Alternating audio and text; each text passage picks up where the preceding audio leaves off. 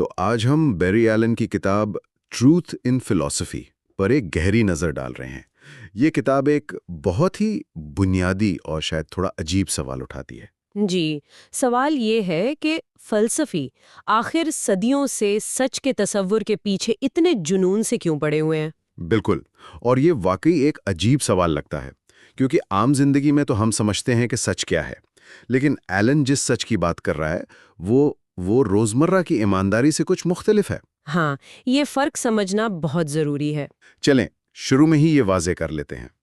جب ہم کہتے ہیں کہ میرا دوست سچ بول رہا ہے تو ہمارا مطلب ایمانداری سے ہوتا ہے، لیکن جب ایک فلسفی سچ کی بات کرتا ہے تو وہ پوچھ رہا ہوتا ہے کہ جب ہم کہتے ہیں کہ E=mc² سچ ہے تو اس سچ ہونے کا اصل مطلب کیا ہے؟ صحیح، کیا یہ کائنات کا کوئی قانون ہے جو ہم نے بس دریافت کر لیا، یا یہ ہمارے بنائے ہوئے ماڈل کی ایک کامیاب پیشن گوئی ہے؟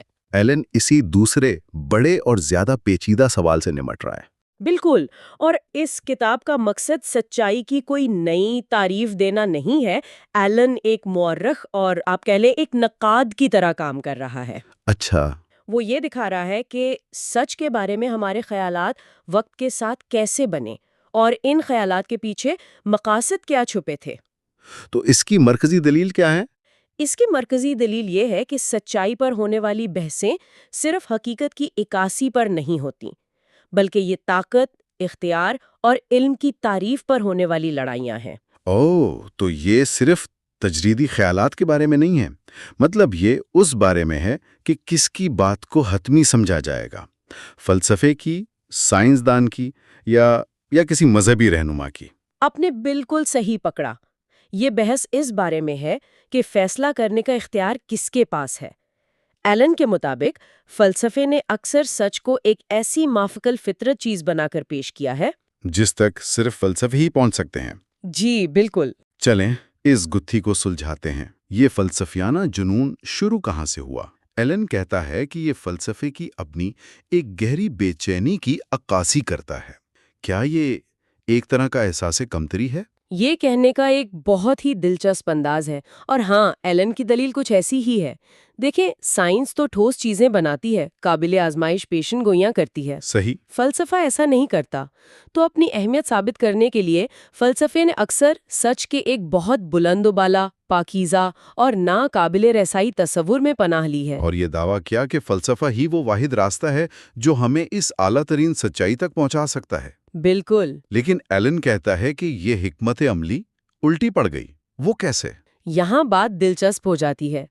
فلسفی جتنا زیادہ سچ کو عملی زندگی، تاریخ اور زبان کے کھیل سے الگ کر کے اسے ایک خالص تجریدی تصور بنانے کی کوشش کرتے ہیں، وہ اتنا ہی زیادہ ناقابل فہم ہوتا جاتا ہے۔ جی، اور ہماری پہنچ سے دور ہوتا جاتا ہے۔ نتیجہ یہ نکلتا ہے کہ لامتناہی نظریات پیدا ہوتے ہیں جو کبھی ختم نہ ہونے والے اختلافات کو جنم دیتے ہیں۔ اور اصل مسئلہ یعنی قابل اعتماد علم کیسے حاصل کیا جائے وہ پیچھے رہ جاتا ہے۔ بالکل۔ ٹھیک ہے، تو اس سفر کی شروعات کرتے ہیں افلاطون سے۔ اس نے اس پورے فلسفیانہ منصوبے کی بنیاد کیسے رکھی؟ ہم سب نے اس کی غار کی تمثیل کے بارے میں تو سنا ہی ہے۔ وہ تمثیل بالکل مرکزی حیثیت رکھتی ہے۔ افلاطون کے لیے سچائی کا تعلق الیتھیا سے تھا، جس کا مطلب ہے بے نقاب کرنا یا پردہ اٹھانا۔ یعنی سچ کوئی ایسی چیز نہیں جسے ہم بناتے ہیں، بلکہ وہ پہلے سے موجود ہے، بس چھپی ہوئی ہے۔ جی، وہ حقیقت کے پردوں میں چھپی ہوئی ہے، اور فلسفی کا کام اس پردے کو ہٹانا ہے۔ اور وہ جو سائے تھے جنہیں وہ ڈوکسا یعنی رائے کہتا تھا، وہ روزمرہ کی زندگی کے عام عقائد تھے، جبکہ اصل سچائی یعنی عالم مثال تک صرف عقل کے ذریعے پہنچا جا سکتا تھا۔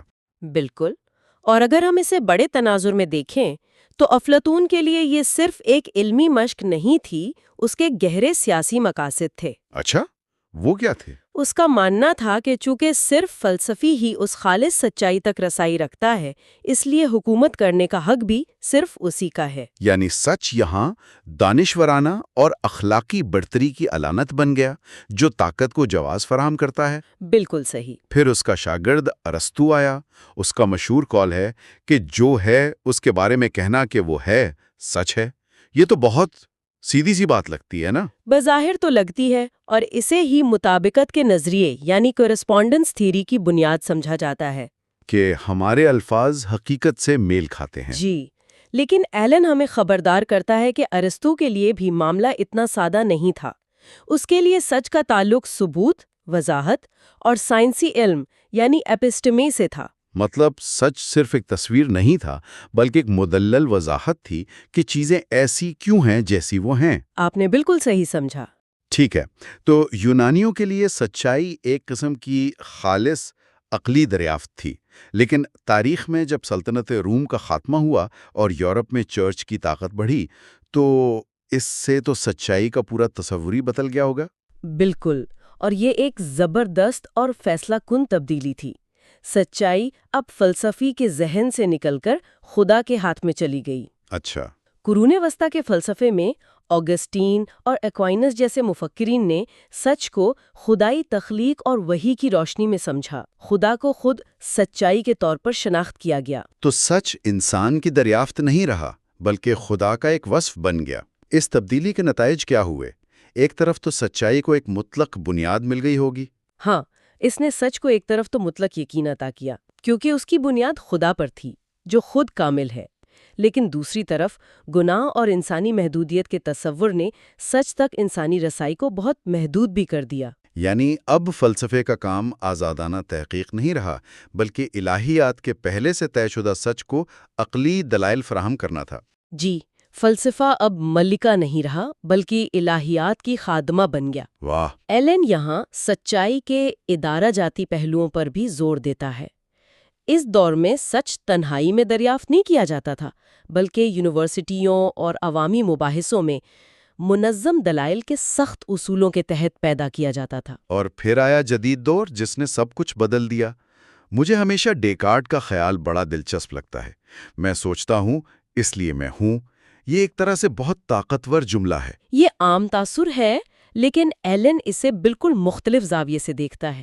وہ کہتا ہے کہ یہ اعتماد کا نہیں، بلکہ گہرے خوف اور بے چینی کا اظہار ہے۔ اچھا، خوف؟ جی، اس وقت سائنسی انقلاب کی وجہ سے پرانے تمام مذہبی اور فلسفیانہ سچ متزلزل ہو چکے تھے۔ ڈیکارٹ ایک ایسے آخری نقطے کی تلاش میں تھا جسے کوئی بھی شک ہلا نہ سکے۔ یہ ایک دفاعی حکمت عملی تھی۔ تاکہ علم کی پوری عمارت کو منہدم ہونے سے بچایا جا سکے۔ تو اس کے بعد فلسفے کا مرکز نگاہ بدل گیا۔ اب سوال یہ نہیں رہا کہ حقیقت کیا ہے، بلکہ یہ کہ میں یقین کے ساتھ کیا جان سکتا ہوں۔ بالکل، یعنی علمیت، ایپسٹمولوجی مرکزی حیثیت اختیار کر گئی۔ جدید فلسفے نے سچ کے تصور کو درست نمائندگی تک محدود کر دیا۔ کہ ہمارے ذہن میں موجود خیالات باہر کی دنیا کی صحیح تصویر کشی کرتے ہیں یا نہیں۔ جی، اور کانٹ نے اس مسئلے کو حل کرنے کی کوشش کی، لیکن ایلن کا موقف ہے کہ اس پورے نقطۂ نظر نے، چاہے وہ عقلیت پسندوں کا ہو یا تجربیت پسندوں کا، عمل، مقصد اور طاقت جیسے اہم سوالات کو نظر انداز کر دیا۔ اچھا، تو پھر سائنس کا کیا کردار ہے؟ یہ ایک بڑا سوال ہے۔ جدید سائنس نے سچائی کی نوعیت پر لمبی فلسفیانہ بحثیں کیے بغیر کائنات کے راز کھول دیے ہیں۔ وہ تو بس کام کرتی ہے۔ یہی تو ایلن کا سب سے آپ کہہ لیں دھماکہ خیز نقطہ ہے۔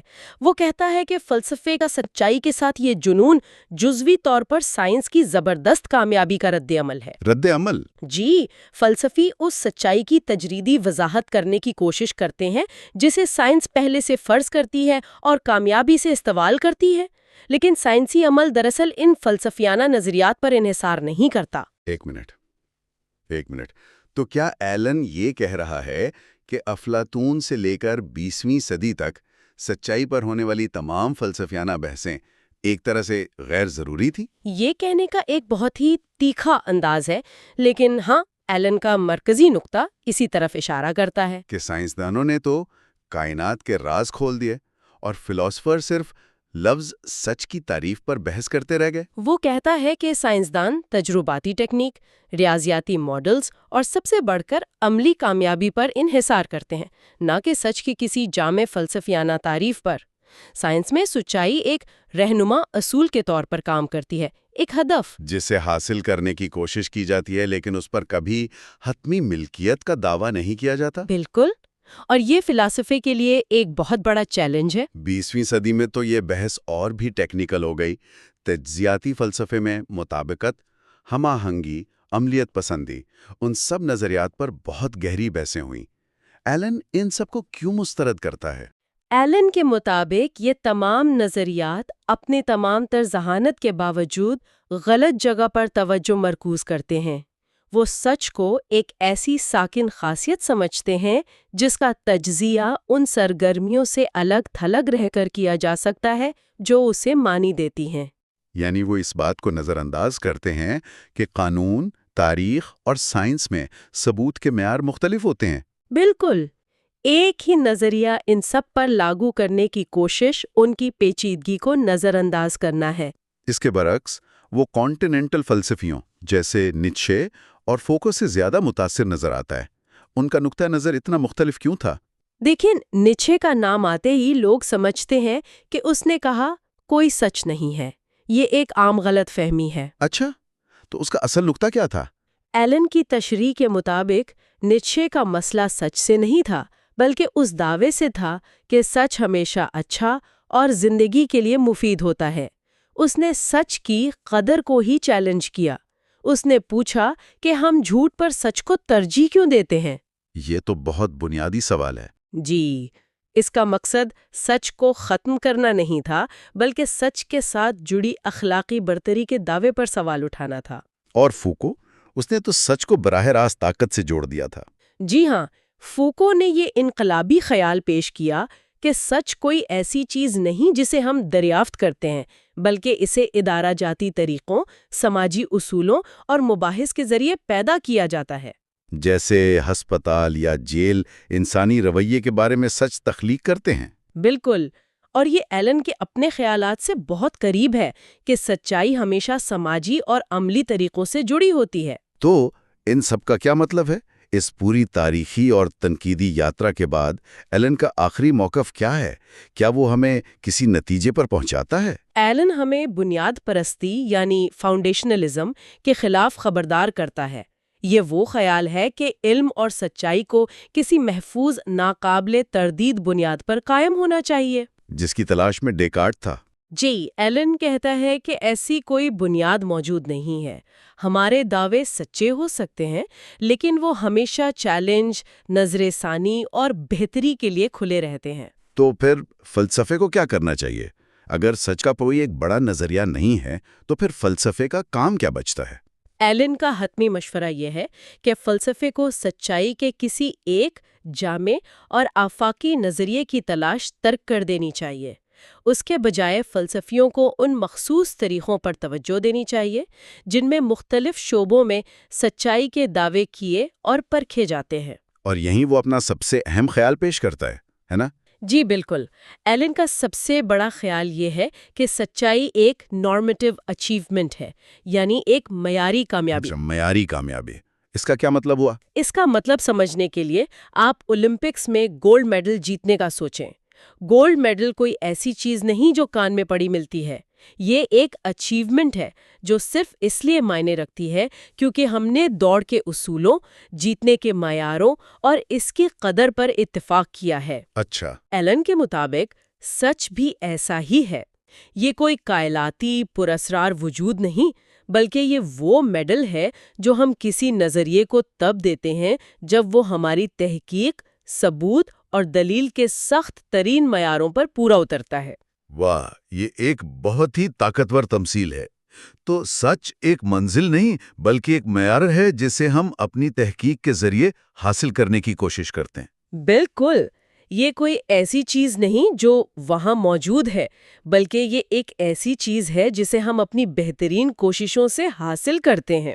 اور یہ معیار خود بھی وقت کے ساتھ بہتر ہوتے رہتے ہیں۔ جی، یہی سچائی کا ارتقا ہے۔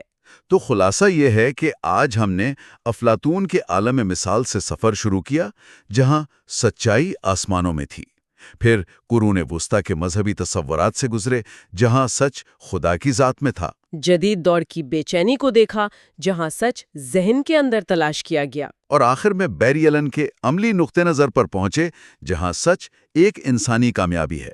بہت خوبصورت خلاصہ ہے۔ سب سے اہم بات یہی ہے کہ سچ کوئی جامد چیز نہیں جسے دریافت کیا جائے، بلکہ ایک متحرک کامیابی ہے جسے انسانی تحقیق اور جدوجہد نے صدیوں سے شکل دی ہے۔ اس گفتگو کے بعد میں یہ سوچنے پر مجبور ہو گیا ہوں کہ اگر سچائی کوئی مطلق چیز نہیں ہے تو پھر اس کی اتنی پرواہ کیوں کی جائے؟ شاید یہی وہ آخری سوچ ہے جس پر غور کرنا چاہیے۔